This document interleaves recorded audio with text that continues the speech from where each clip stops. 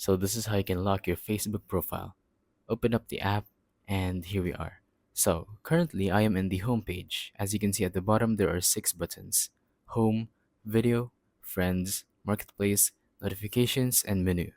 Tap on the last one, which is Menu, and now go under Settings and Privacy and tap on the very first button, which is Settings.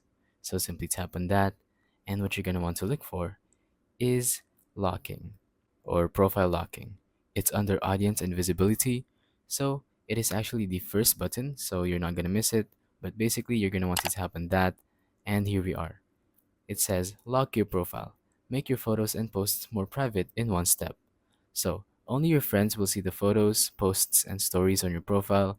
Only your friends will see your full resolution profile picture and cover photo, and people will still be able to search for you and send you friend requests. So that's basically what locking means. You can learn more by typing in that blue Learn More in the Help Center section.